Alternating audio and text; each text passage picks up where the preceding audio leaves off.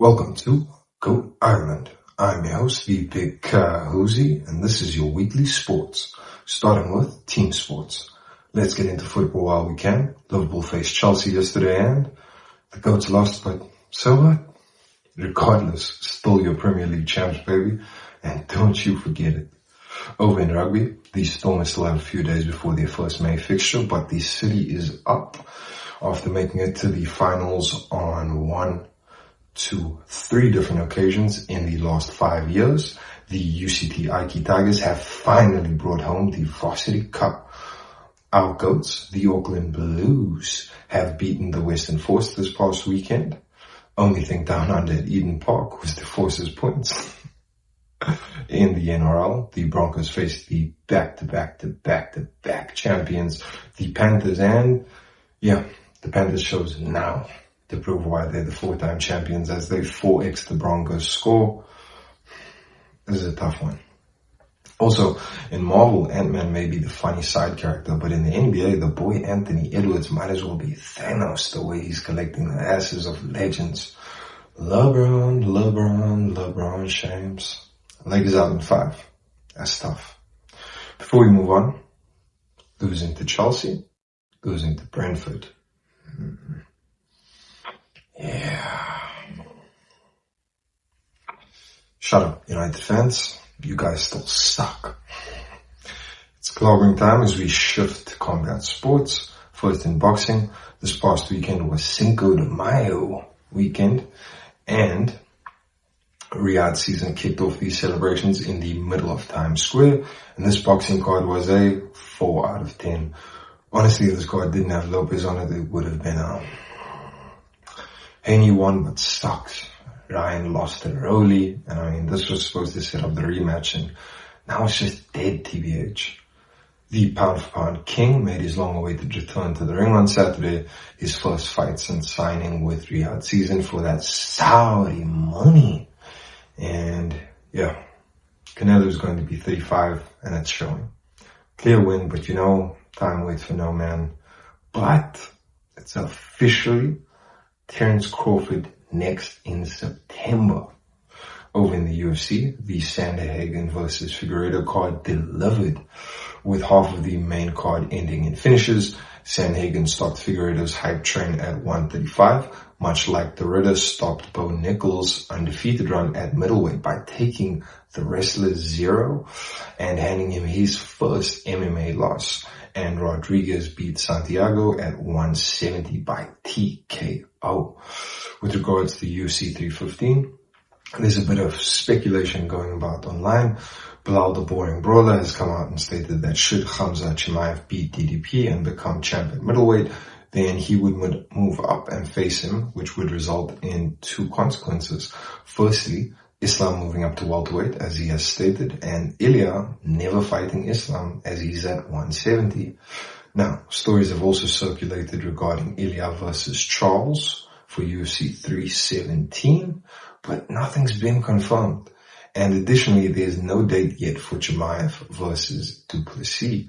But one thing is clear, Bilal will probably retain at UFC 315, but Coach Khabib is giving the marching orders, and one way or another, Islam will fight for the title at 170, and it won't be against Bilal. Now, onto sports and entertainment. This past week in WWE, we got our weekly dose of Monday Night Raw and Friday Night SmackDown, and it's okay, but Rollins is still cooking on Monday, and Jay's title reign is starting off strong against Logan Paul. But both shows were missing 2 major factors in Roman Reigns and John Cena. So for this week's Raw and SmackDown, we're giving it a 7 out of 10. They're cooking a feast, but unfortunately, when you're hungry, you'd rather have McD's than wait for the steak. Getting back to Roman Reigns and John Cena, Reigns is not scheduled for TV soon, though he wasn't scheduled for the Raw after WrestleMania, and he showed. But it has come out that he's scheduled for Money in the Bank early June, which could mean at the end of May we'd see him return to WWE television, if the plan isn't for him to show up and surprise us during a set spot at Money in the Bank.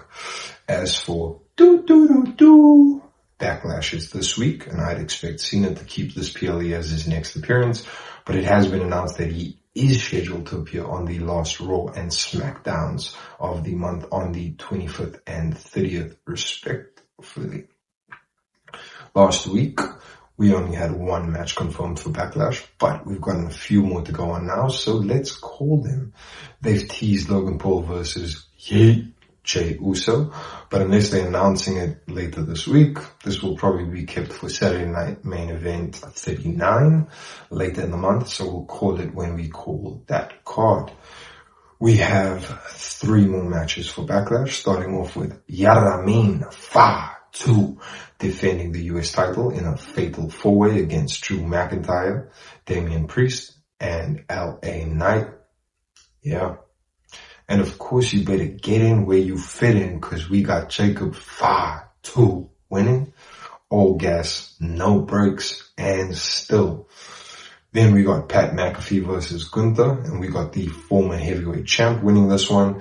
And lastly, the man Becky Lynch takes on Lyra Valkyria for the women's intercontinental title. And we're going with the man herself, Big Time Bex. In other news, AEW is really hanging on by a thread, by the most memorable moment of every week being, we hurt people, with the Hurt Syndicate, again, originally WWE, and MJF being the only real entertainment from the other guys. It's time for you to take a serious moment and think about how much better you can be. This is Ka Huzzi Says So. Still got some extra rolls. Well, you're not running a bakery and probably not running at all. So try and get your steps up. Start with 3Ks daily. Still got no real muscle mass to throw around. Up your protein intake. Struggling with time? Well, I'm sure you spend enough time relaxing. And honestly, it shows. Just try and keep the discipline of 5 to 10 minutes a day. You spend longer than that complaining about yourself. If you're needing to get your mind right, then pull yourself towards yourself and stop focusing on others. You are where you are. You can't change the past, but you can change the future. Only if you start now. And starting is the most difficult part. So just do it. That's a wrap for this week's sports drop. And you should probably, like and subscribe. If you have any thoughts, drop a comment. And from Goat Island, this is the Big Ka Huzzi. We'll check you again.